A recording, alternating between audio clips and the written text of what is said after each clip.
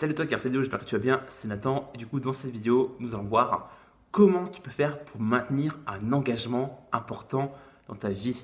Parce que j'imagine que tu as plein d'idées sur un engagement, sur un objectif que tu pourrais atteindre.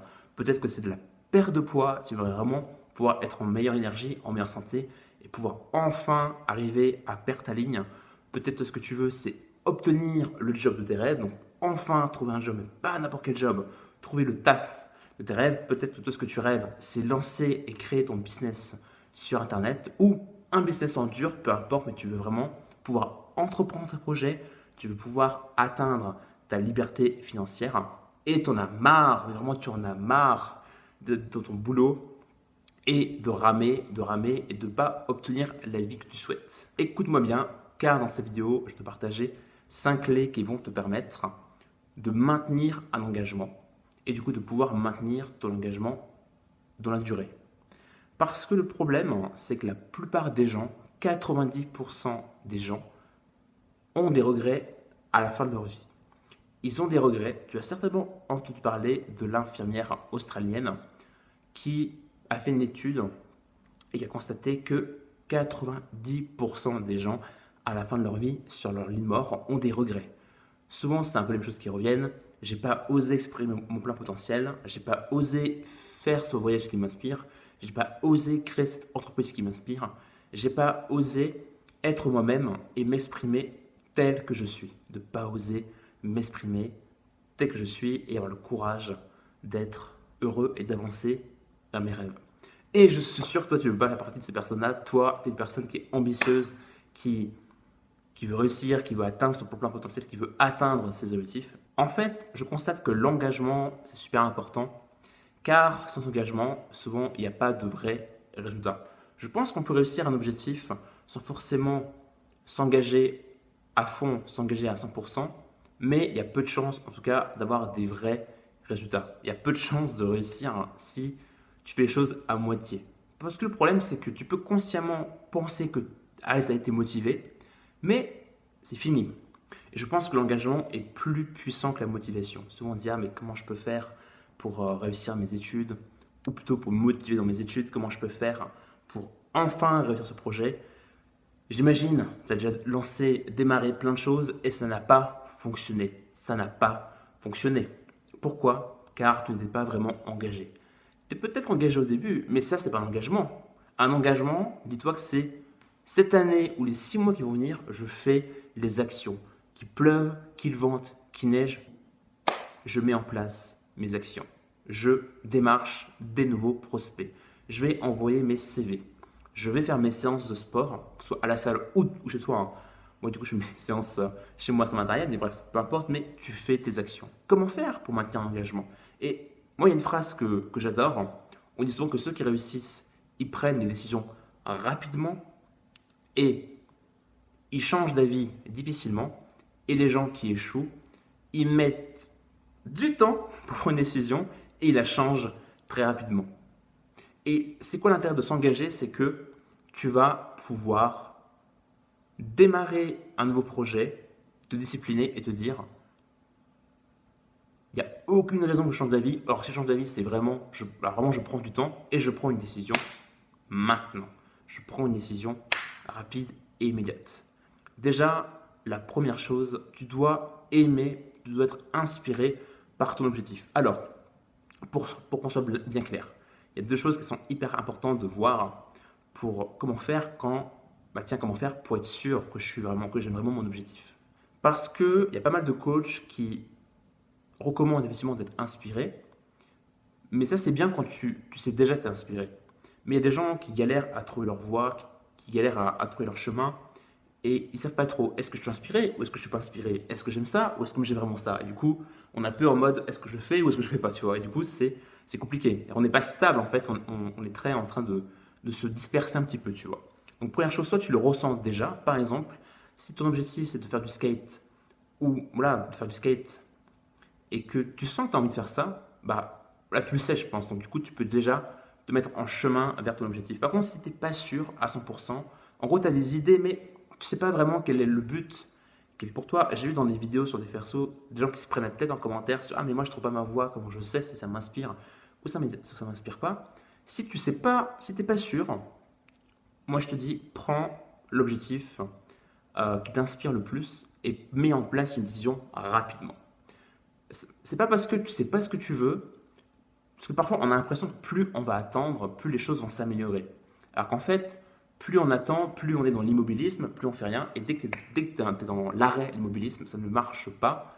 Ok, peut-être tu vas pas vivre les inconvénients de ton objectif, ça je suis d'accord, mais tu vas pas non plus vivre les avantages de ton objectif. Et du coup, tu vas pas progresser. Donc du coup, si vraiment tu ne sais pas, mets en place une action, essaie de démarrer vers l'objectif qui te correspond le plus, mets en place la meilleure idée que tu as maintenant. Si par exemple, tu ne sais pas trop ce que tu veux, mais tu penses business sur Internet, business Internet, je ne sais pas, sur, pourquoi pas, le domaine de la musculation. Tu n'as pas d'autre idée. Tu démarres maintenant. On s'en fout si l'objectif est réussi ou réussi pas. Tu démarres maintenant. Il vaut mieux mettre en place la meilleure idée que tu as maintenant plutôt que d'avoir une meilleure idée plus tard. Peut-être que dans 5 mois, dans 6 mois, si tu attends, tu auras une opportunité et tu auras la fameuse opportunité. Mais c'est pas sûr. Ou peut-être tu auras une meilleure idée. Et encore une fois, ce n'est pas sûr. Donc, tu sais pas, mets en place la meilleure idée que tu as maintenant. Si tu sais, tant mieux. Si vraiment ce que tu sais, c'est tiens, faire la musculation, fais la musculation. Et on avance. Et la deuxième clé, du coup, c'est justement faire un engagement public. Alors, il y a différents types d'engagement par rapport justement à l'engagement public. Moi, il y a certains moments dans ma vie, ça a marché, d'autres fois, ça a moins marché. Encore une fois, ça dépend vraiment de ton objectif. Par exemple, en ce moment, je fais une vidéo par jour. Et si tu me suis, tu as pu voir la vidéo d'hier, effectivement, je fais une vidéo par jour, c'est mon engagement. Et je ne l'ai pas mis uniquement sur YouTube, j'ai aussi mis sur Facebook. Parce que les gens, mes potes qui sont sur Facebook, ils ne sont pas forcément au courant que je fais des vidéos sur YouTube. Donc j'ai eu un petit peu peur, mais justement, quand tu as peur, c'est bon signe, c'est qu'il y a un désir derrière. Donc je suis passé à l'action, je me suis engagé au niveau publiquement sur Facebook, ce qui fait que hop, les gens sont au courant, et du coup moi, ça met une certaine pression. Parce que si je ne réussis pas mon objectif, si jamais à un moment je procrastine et je ne fais pas ma vidéo tous les jours, typiquement il y aura des gens qui seront au courant.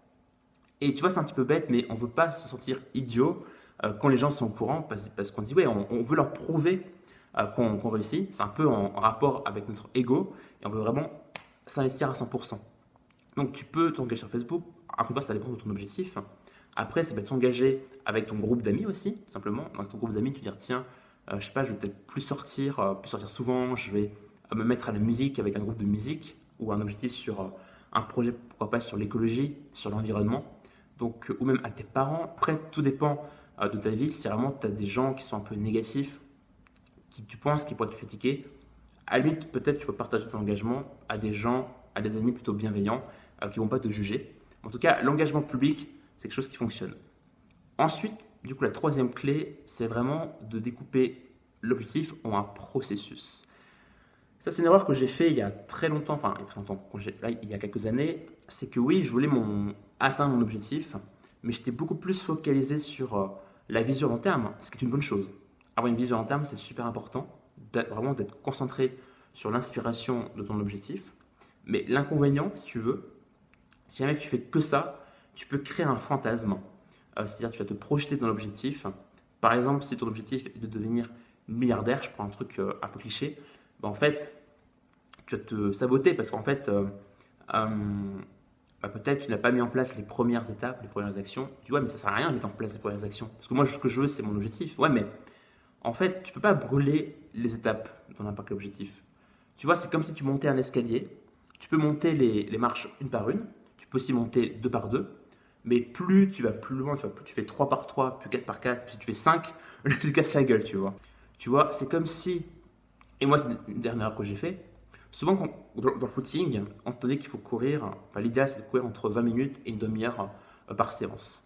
Sauf que quand tu n'es pas motivé ou tu n'as aucune discipline, tu n'as jamais fait de sport, enfin je dirais pas que tu n'as jamais fait de sport de ta vie, mais tu as compris, c'est-à-dire que tu n'as pas l'habitude, etc. Moi c'est ce que j'ai fait. Et j'ai fait 20 minutes, j'en pouvais plus. Et au bout de 15 minutes, j'ai arrêté, j'en pouvais plus. J'étais essoufflé. Et je lui dis, tiens, mon premier défi, c'est courir pendant 4 minutes.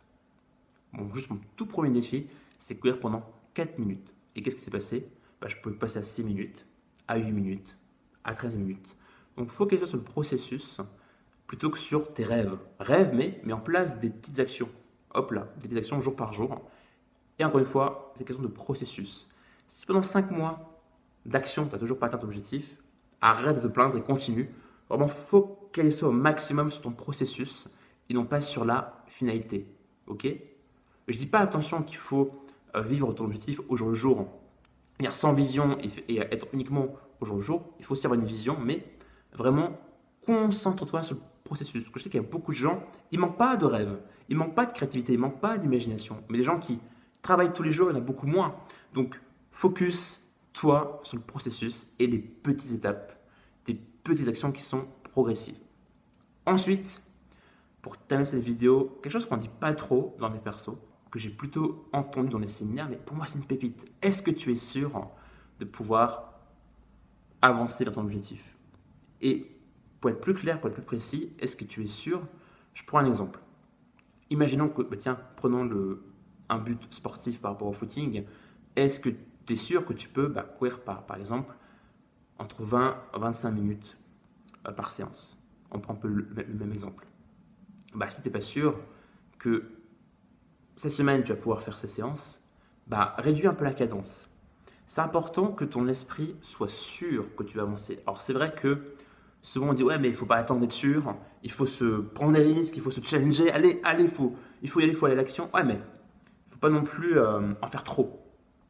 Parfois quand tu mets la barre trop haut, je te dis ton cerveau il n'y croit pas. Et vu qu'il n'y croit pas, tu ne vas pas te rendre compte, parce que souvent c'est inconscient, mais tu vas rester paralysé, tu vas rester un peu bloqué sur ton chemin.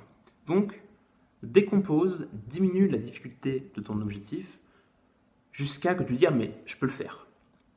Par exemple, moi, je voulais me mettre à la séduction et à un moment, j'étais paralysé parce que j'avais un coach qui m'avait dit « si tu veux exceller, si tu veux devenir très bon en séduction et choper toutes les nanas, voilà, un truc comme ça, il m'a dit « aborde 10 filles par jour ». Et dire « putain, je veux bien, ça me motive, mais c'est… Voilà, moi, je suis ultra timide, j'ai pas l'habitude. Comment je peux apporter 10 filles par jour sans jamais m'en donner? Et je me dis, non, tu vas pas… Voilà, je me suis auto-coaché. Non, tu vas pas faire 10 filles par jour. Tu vas faire une fille par jour.